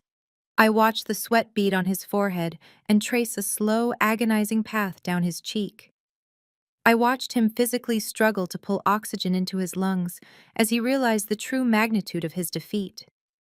He was no longer the CEO of his own company. He was not even an employee. He was a tenant in a burning building, and the new landlord had just permanently locked all the exits. "Who is it?" Marcus gasped, his voice cracking into a high, panicked wheeze. He shoved Spencer aside, grabbing the final page of the contract with both hands. "Who is the private client? Who bought the debt?" His bloodshot eyes darted to the bottom of the page, searching for the signature of the principal investor, the faceless corporate titan who had just orchestrated the total annihilation of his life's work. He found the signature line. He stared at the blue ink resting boldly against the crisp white paper. He stared at it for so long I thought his brain had simply stopped functioning. The silence stretched out thick and suffocating. Marcus's hands began to shake with a violent, uncontrollable tremor. The heavy legal document slipped from his grasp, fluttering down to the patio table to rest beside the spilled red wine and the shredded quitclaim deed. Marcus slowly lifted his head. He looked at me, his eyes completely hollowed out, stripped of every ounce of pride, arrogance, and authority he had ever possessed. His mouth opened, but he could not force the syllables past his lips. Spencer snatched the paper off the table, his eyes darting to the bottom of the page. He read the signature. He dropped the paper as if it had suddenly caught fire, taking 3 rapid, stumbling steps backward until his back hit the brick wall of the house. "No," Spencer whispered, his voice trembling with sheer unadulterated terror. "No, that is completely impossible. It cannot be you." Imani scrambled up from the grass, her graduation dress stained with dirt and grass. She ran to the table, her hands shaking as she picked up the document her fiancé had just dropped. She read the bold, looping ink at the bottom of the page. "Nia Washington, founder and Chief Executive Officer, Apex Financial Analytics." Imani let out a sound that was half gasp, half sob. She dropped the paper and backed away from the table, staring at me as if she were looking at a ghost. I reached down and calmly picked up the final page of the Vanguard acquisition contract. I held it up, letting the harsh security lights illuminate my signature for everyone to see. "Surprised, Dad?" I asked, my voice ringing with a cold, absolute finality that echoed across the silent yard.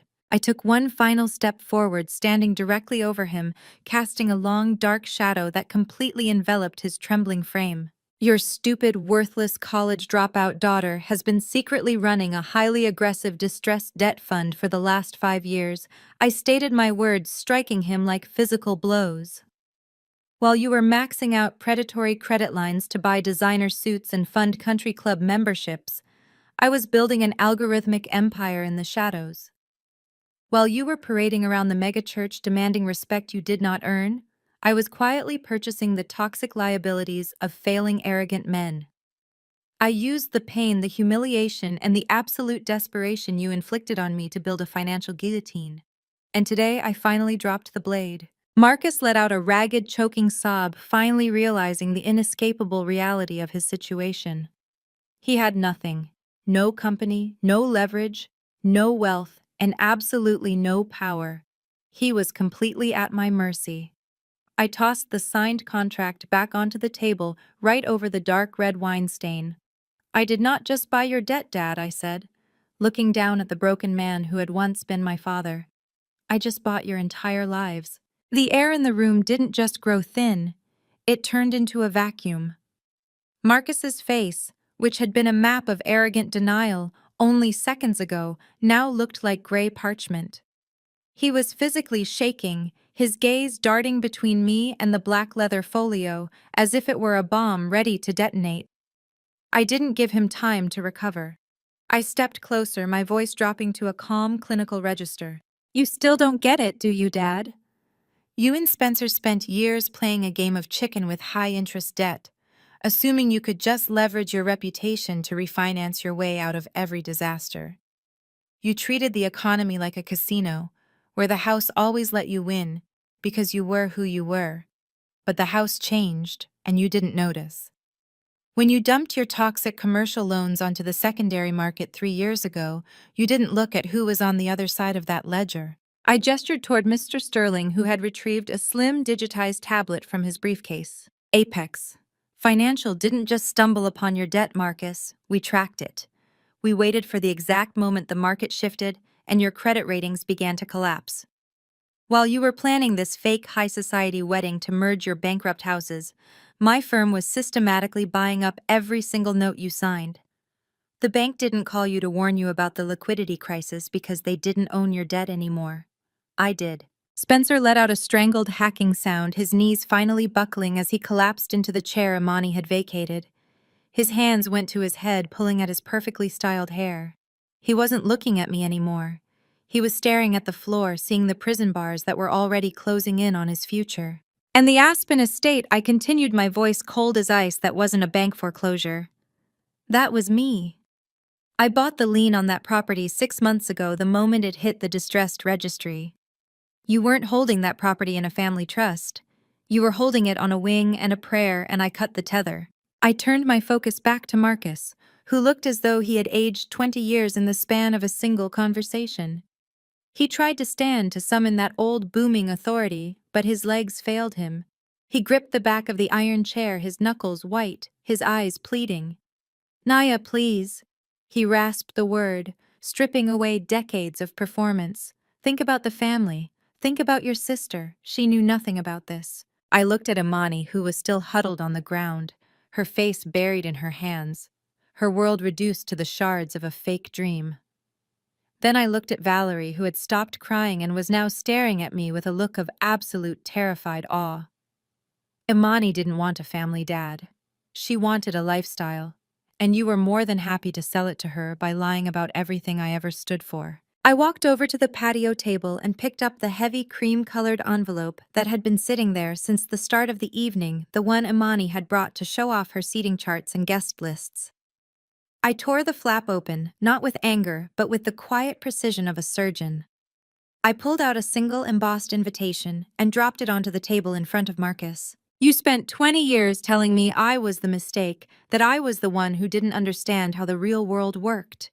You spent every holiday dinner making sure I knew exactly where I stood in the hierarchy of your success. Well, here is your reality. I reached into the envelope and pulled out the final document. It wasn't a contract and it wasn't a bank statement. It was a formal notice of default and eviction. You have 72 hours to vacate this property, I said, my voice barely above a whisper, yet it cut through the silence like a blade. Everything you are standing on, the furniture, the art, the very ground this house is built on, belongs to Apex Financial. And as for your manufacturing firm, Mr. Sterling has the liquidation orders ready for the board meeting at 8 o'clock tomorrow morning. You aren't just broke, Marcus, you are finished. Marcus let out a low, guttural moan, his head sinking into his chest. The silence that followed was broken only by the distant, rhythmic chirping of crickets and the frantic, shallow breathing of the people I had just dismantled. You have to be joking, Spencer managed to wheeze from the chair, his voice a pathetic, high-pitched whine. You can't just evict us. We have connections. We have people. You have a federal investigation, Mr. Sterling stepped in, his voice cutting off Spencer's rambling, and my client has an entire legal department that has been preparing for this specific moment for 5 years. The silence in the room was heavier than the mahogany table itself. Marcus, still clutching the edge of the furniture to keep himself upright, stared at the check. It wasn't just the sheer scale of the number $50 million that paralyzed him. It was the crisp, undeniable legitimacy of the funds. This wasn't drug money or some offshore shell account loophole.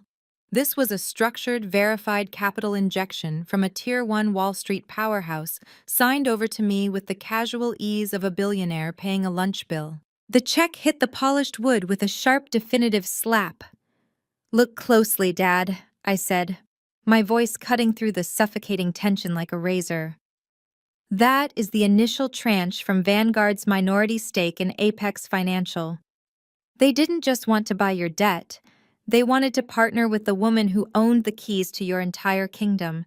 They bought into my vision, not your broken promises. Imani, who had been scrambling to gather the scattered remnants of her dreams, stopped dead. Her eyes drifted from the check to my face. The expensive, meticulously applied makeup on her cheeks was streaked with desperate, confused tears. She had spent her entire adult life curating an image of superiority, of being the chosen one, the one who would inherit the throne of the Washington name.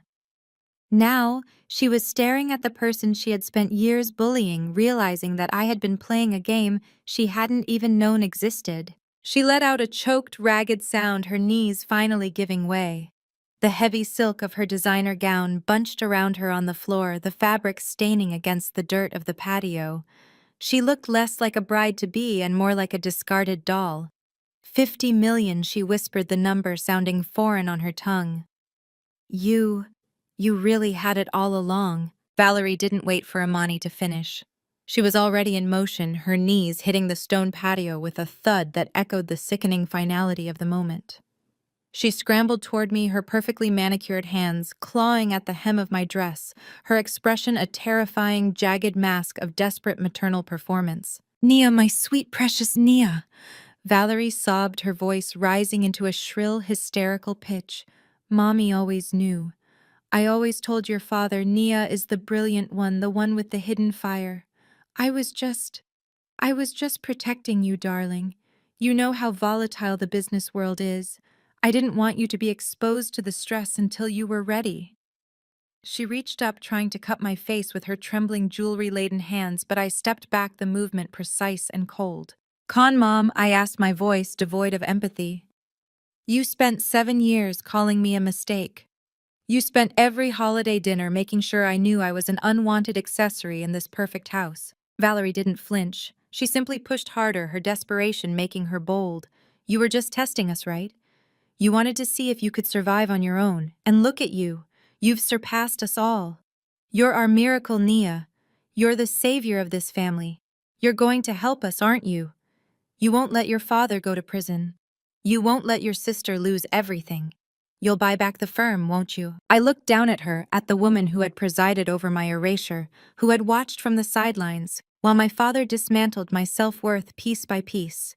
She was a master of the script, always shifting the blame, always finding a way to make her own cowardice seem like a necessary sacrifice. I reached down and pulled my hem from her grasp, the silk sliding away from her fingers like water. She let out a soft, pathetic gasp, but I didn't stop. I walked back toward the table where Mr. Sterling was already packing the files into his briefcase, his work here finished.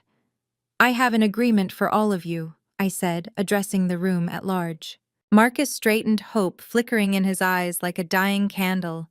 He was clinging to the idea that I was still his daughter, that blood would override the brutal clinical reality of the contracts lying on the table.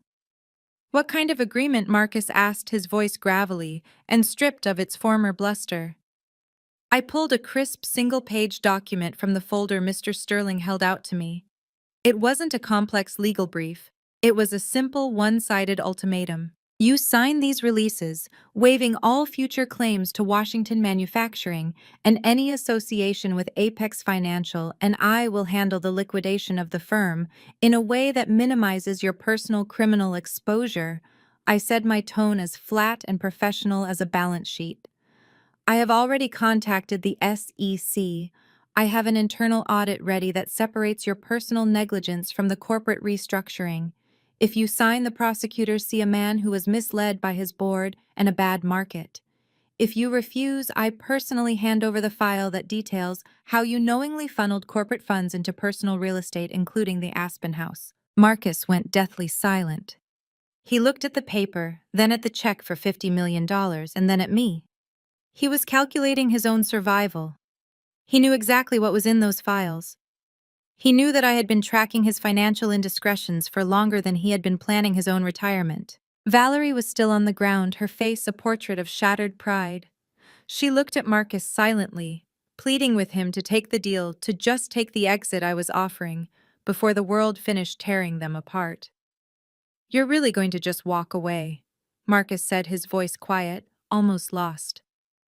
After everything, I walked to the edge of the patio, looking out at the neighborhood that had once been the center of my world, the place where I had been expected to be the submissive, invisible daughter.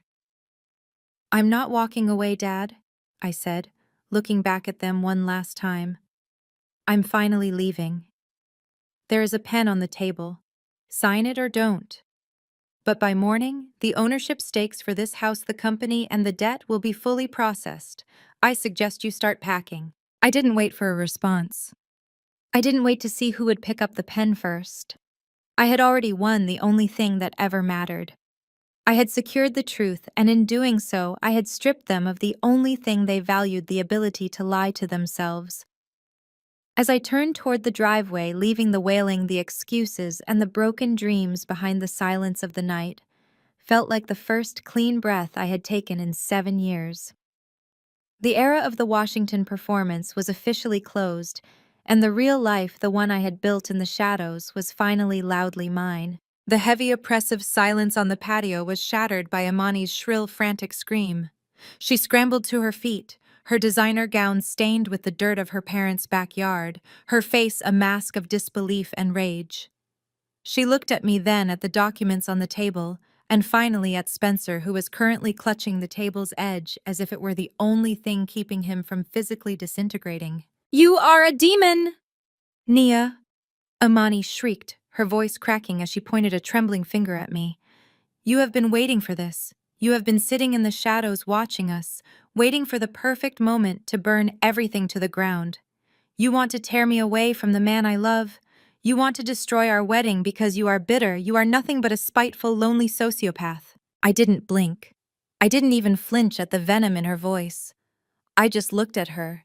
My sister, who had spent the better part of a decade making sure I knew I was an outsider in my own home, and felt a strange, cold clarity. "I'm not destroying your wedding, Amani," I said, my voice cutting through the humid air with the precision of a scalpel. "You destroyed your own life the moment you decided that your social standing was worth more than the truth. The man you love." I gestured toward Spencer, who was visibly sweating, now his eyes darting toward the driveway as if calculating a way to sprint to his car. "Ask him one more time who he is and why the federal authorities are looking for him. Ask him if he still loves you when he's sitting in a federal holding cell watching his bank accounts get liquidated." Spencer didn't even look at her. His gaze was fixed on the open folio, his hands twitching at his sides. He was already gone, his mind a million miles away, desperately calculating how to pivot his own survival away from the mess we were currently standing in. "I agree," Spencer blurted out, his voice sharp and jagged. "Imani, we are done. I am done." He looked at me, his eyes wide and pleading, stripped of all arrogance. "I will sign the release. I will walk away today. Just please, Nia, I am begging you, do not notify the SEC. Give me 48 hours to clear my personal offshore accounts. I will give you the equity, the firm, everything. Just keep the federal investigators away from me." Imani looked at him, her entire expression crumbling. The man who had spent months whispering sweet promises of high society life in her ear was now actively bartering her away to save his own skin. "Spencer," she whispered, her voice failing. "You said we were a team. You said we were going to build an empire." "There is no empire." Spencer snapped, his voice harsh and dismissive as he pushed past her, not even bothering to look back. "There is only a sinking ship, and I am not going down with it." I turned my attention to Valerie, who had stopped her frantic crawling. She was staring up at me, her eyes hollow, her mouth hanging slightly open as she realized the sheer weight of the price I was demanding. Standing before the entire congregation on Sunday, Valerie whispered the words sounding like a death sentence. "You want me to stand up in front of the auxiliary board, in front of the pastor, in front of the entire community that has looked up to us for 30 years, and tell them that my husband is a fraud and we are bankrupt? You might as well kill me, Nia. My life is that reputation. Then consider it a transformation." I replied, my tone icy. "You've spent 3 decades curating a persona that was built on a foundation of lies and status seeking. Now you get to experience the truth. You will stand there on Sunday, you will tell the truth about the bankruptcy and the fraud, and you will apologize to the people you have been grifting for years. That is the only way I keep the liquidation private. That is the only way Marcus doesn't spend his golden years in a state prison." Marcus let out a strangled, low sound, his head dropping into his hands. The weight of it all, the foreclosure, the acquisition, the public humiliation, was finally pinning him to the earth. He knew. He knew he had no other option. He had spent his whole life posturing as a titan, and now he was being dismantled by the daughter he had spent a lifetime treating like a ghost. I looked at my watch, then back at the trio. 24 hours. I repeated, my voice dropping to a whisper that commanded more attention than any shout. The house, the cars, the jewelry, everything that was bought with corporate debt and investor fraud will be surrendered to the receivership by this time tomorrow. You will leave with 1 suitcase each. If I find that you've taken so much as a single piece of heirloom silver, I will revoke the offer and hand the entire audit to the federal prosecutor immediately." I turned to Mr. Sterling, who was calmly snapping his briefcase shut. "Everything is prepared," Mr. Sterling said, looking at Marcus with clinical detachment. "The evacuation orders are attached to the release forms. Your signatures are required on every page." Marcus slowly looked up. His eyes were red-rimmed and hollow, the fire of his arrogance completely extinguished. He looked at the check for $50 million, my check, and then at the release forms which spelled out his total, humiliating surrender. He picked up the pen. His hand was shaking so violently that he nearly dropped it, but he managed to force the nib against the paper, signing his name in a messy, jagged sprawl. Valerie and Imani followed suit in a daze, their movements robotic and disconnected, as if they were acting out a tragedy they hadn't realized was their own. When the final page was signed, I took the document from Mr. Sterling and tucked it into my bag. "It's over," I said, looking at them one last time. "The house is quiet. The stage is empty, and the show has finally been canceled." I didn't wait for a response. I turned and walked toward my car, the sound of the tires crunching against the gravel as I drove away. I didn't look back at the broken family standing on their soon-to-be evicted property. I didn't look back at the flashing lights or the neighbors peering through their curtains. I just drove, watching the city lights blur into a streak of color, feeling the cold, sharp truth of my own power. I hadn't just won. I had rewritten the rules entirely. The sharp, echoing crack of Imani striking Spencer across the face sounded like a gunshot in the humid night air.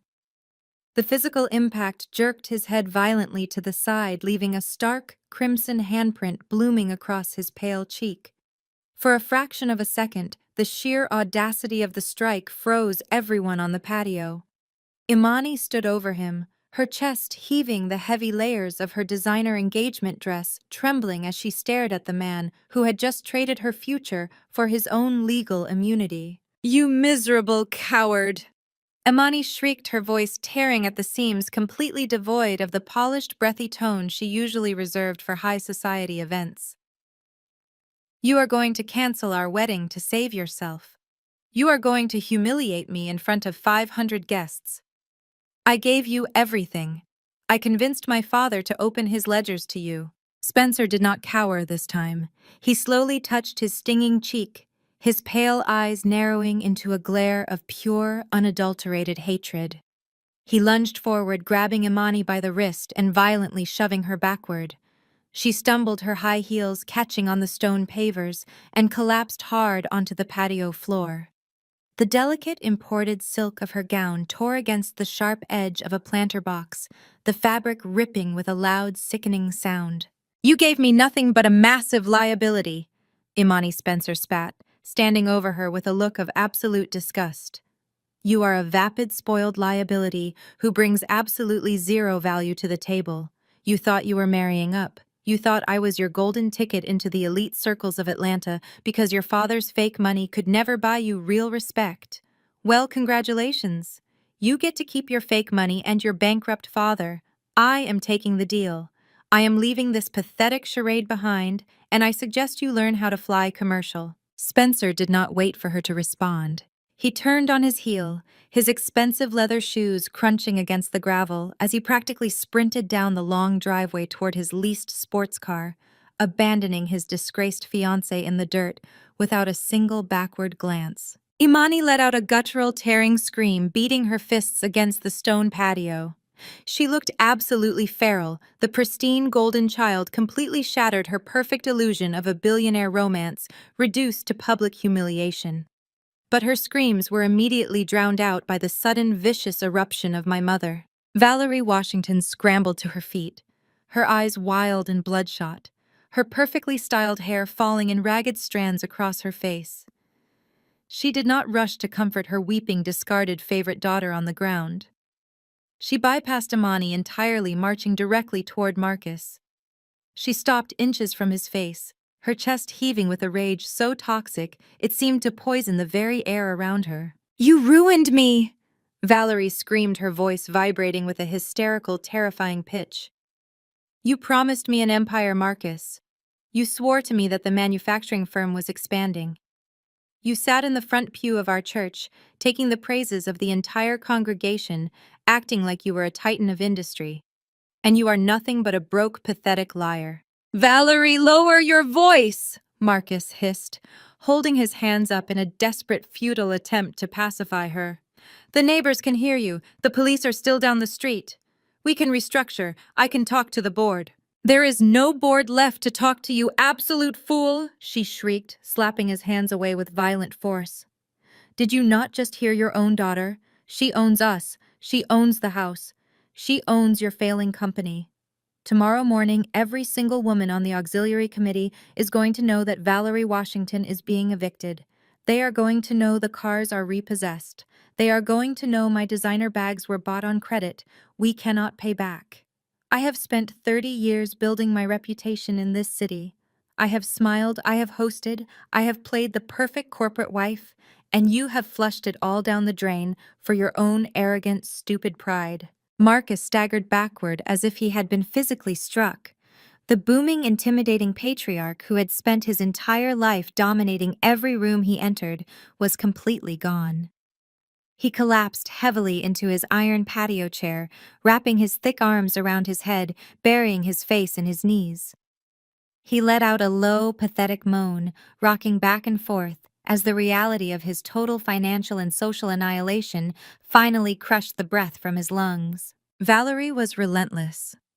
She stood over him, kicking the leg of his chair, her voice echoing across the manicured lawns of the gated community. "I am not standing in front of that congregation on Sunday and confessing to fraud," Valerie screamed, pointing a trembling finger at the back of his head. "I will not be the sacrificial lamb for your failures. I will not let those women look at me with pity. You fix this, Marcus. You fix this right now, or I swear to God I will leave you with nothing but the clothes on your back." I stood near the edge of the patio, perfectly still, watching the scene unfold before me, like a beautifully directed stage play. I did not need to say another word. I did not need to raise my voice, present another document, or issue another threat. The Washington family was executing my revenge for me. They were tearing each other to pieces, stripping away the thin, expensive veneers of their high society masks to reveal the greedy, hollow, vicious strangers underneath. The father who demanded absolute obedience was cowering in a chair. The mother who valued social status above her own children was screaming like a cornered animal. The golden child sister who believed she was entitled to the world was weeping in a torn dress on the dirty ground abandoned by a man who only wanted her non-existent trust fund. It was the ultimate, undeniable truth. They had never loved each other. They had only loved what the others could provide for their own selfish, manufactured images. And the second the money vanished, the second the illusion was shattered, their familial bonds dissolved into absolute hatred. I felt a profound, overwhelming sense of peace wash over me. The suffocating weight of my childhood, the years of enduring their insults, the countless nights I spent believing I was the flawed broken one in a house of perfect people, it all simply evaporated. I was not the broken one. I was the only one who was real. I adjusted the strap of my leather bag on my shoulder. I turned my back on the chaos, stepping off the patio and walking slowly across the immaculate lawn toward the driveway. The sounds of their fighting faded into background noise, a meaningless, chaotic soundtrack to my final departure. I reached the edge of the driveway, the gravel crunching softly beneath my shoes. The cool night air felt incredibly clean. Nia, Valerie screamed, her voice cutting through the night, shrill and dripping with absolute desperate panic. I stopped, but I did not turn around. I simply stood there listening to the frantic, heavy footsteps of my mother running across the grass behind me. She stopped a few feet away, her breath hitching in her throat. "You cannot do this," Valerie gasped, her voice trembling with the realization that I was actually walking away. "You cannot leave us here like this. We are your blood. I am your mother. You walk out that door right now, Nia. You walk away from this property, and I swear to you, you will have no family." I did not even break my stride. I raised my right hand, giving a lazy, dismissive wave over my shoulder without bothering to turn around. The heavy oak door of the mansion slammed shut behind me with a violent, echoing crack that vibrated through the humid night air, cutting off my mother's frantic screaming in an instant. The harsh sound of the slamming wood perfectly matched the sleek metallic chime of the private elevator doors sliding open. I stepped out of the mahogany-paneled elevator and into the expansive, silent sanctuary of my downtown penthouse.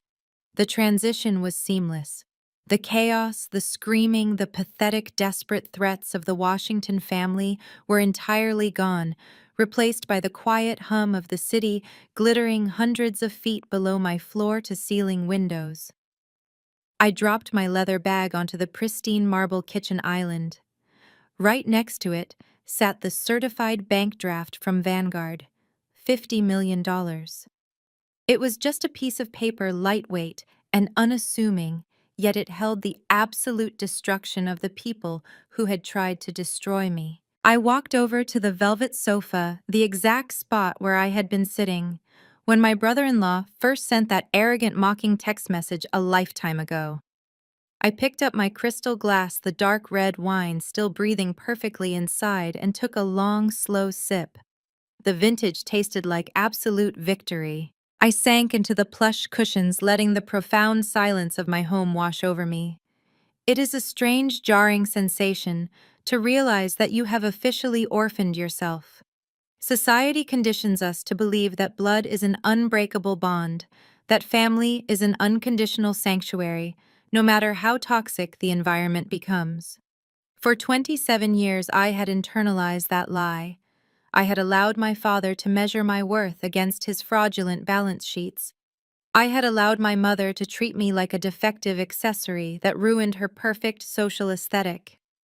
I had allowed my sister to use my perceived failures as a stepping stone to elevate her own fragile ego. They had demanded a scapegoat to carry the weight of their own insecurities, and I had played the part perfectly until I decided to stop reading their script. The aftermath of that night played out exactly as I had orchestrated. True to my brutal ultimatum, the Washington Empire collapsed with a whimper rather than a bang. At precisely 8 o'clock the following morning, Mr. Sterling executed the hostile takeover of both Washington Manufacturing and Sterling Blackwood Private Equity. Spencer was stripped of his titles, his assets, and his corporate immunity, left completely exposed to the federal auditors who descended on his leased offices before noon. Imani, stripped of her diamond ring and her illusion of high society royalty, was forced to quietly cancel $1 million wedding without a single explanation to her furious bridesmaids. But the true masterpiece of my retribution occurred on Sunday morning. I did not attend the service, but Mr. Sterling kindly ensured that a legal associate was sitting in the back pew to record the event. Valerie Washington, a woman who had spent 30 years worshiping at the altar of public perception, walked up to the podium of our megachurch. Her designer clothes were gone, replaced by a plain, unassuming dress. Without the safety net of my father's fake wealth, she stood before the 500 people she had spent her life judging and manipulating. With a trembling voice and a face devoid of makeup, she confessed to the entire congregation that her family was bankrupt, that their lifestyle was a fraud, and that they were vacating their home by nightfall. The horrified gasps from the auxiliary board ladies were loud enough to be picked up by the microphone. They left the mansion with exactly one suitcase each, just as I had demanded. They moved into a cramped two-bedroom apartment on the outskirts of the city, utterly exiled from the glittering superficial world they had sacrificed their own daughter to inhabit. I did not send them to federal prison. I simply locked them inside a prison of their own making, stripping them of their masks and forcing them to live with the ugly, unvarnished truth of who they really were. I took another sip of wine, looking out at the sprawling, illuminated grid of the Atlanta skyline. The city looked different to me now. It was no longer a terrifying maze of closed doors and exclusive clubs designed to keep me out. It was a chessboard, and I was the one moving the pieces. If you are watching this and you are sitting in a room where you are constantly made to feel small, I need you to listen to me very carefully. I know exactly how much it hurts to look around a dinner table and realize that the people who share your DNA do not share your heart. I know the crushing, suffocating weight of being the family disappointment, the black sheep, the one whose dreams are dismissed as foolish delusions, while the golden child is showered with unearned praise and limitless resources. When you are trapped in that toxic dynamic, your first instinct is always to fight back with words. You want to scream, to argue, to justify your choices, to beg them to see your value. You exhaust yourself trying to translate your worth into a language they refuse to speak. Stop explaining yourself. Stop arguing with people who are committed to misunderstanding you. Your words will never change their minds because their rejection of you has absolutely nothing to do with your flaws and everything to do with their own fragile egos. They need you to be the failure so they can pretend to be the successes. Take all of that agonizing pain, take all of that boiling anger, and forge it into absolute, unbreakable discipline. Let them call you a disappointment. Let them call you stupid. Let them mock your clothes, your job, and your quiet life. Give them the gift of their own ignorance. While they are busy performing for the crowd, pouring their energy into fake smiles and rented luxury, you need to retreat into the shadows. Work in absolute silence. Build your foundation brick by invisible brick. I remember the nights I spent sleeping on a cheap mattress on the floor, eating canned soup while watching my sister post photos from luxury vacations funded by my father's stolen money. I remember the sheer, blinding rage that fueled me through 18-hour workdays writing code until my eyes blurred and my fingers ached. I channeled every insult, every condescending smirk, and every slammed door into my software. Educate yourself. Take the risks they are too cowardly to take. Save your money, sharpen your skills, and construct an empire they cannot even begin to comprehend. The road will be incredibly lonely. There will be nights when you question your own sanity, nights when the silence of your isolation feels deafening. But that isolation is not a punishment. It is a protective fortress. It gives you the space to grow without their toxic interference pulling you back down into the dirt. Do not seek revenge by tearing them down with petty arguments.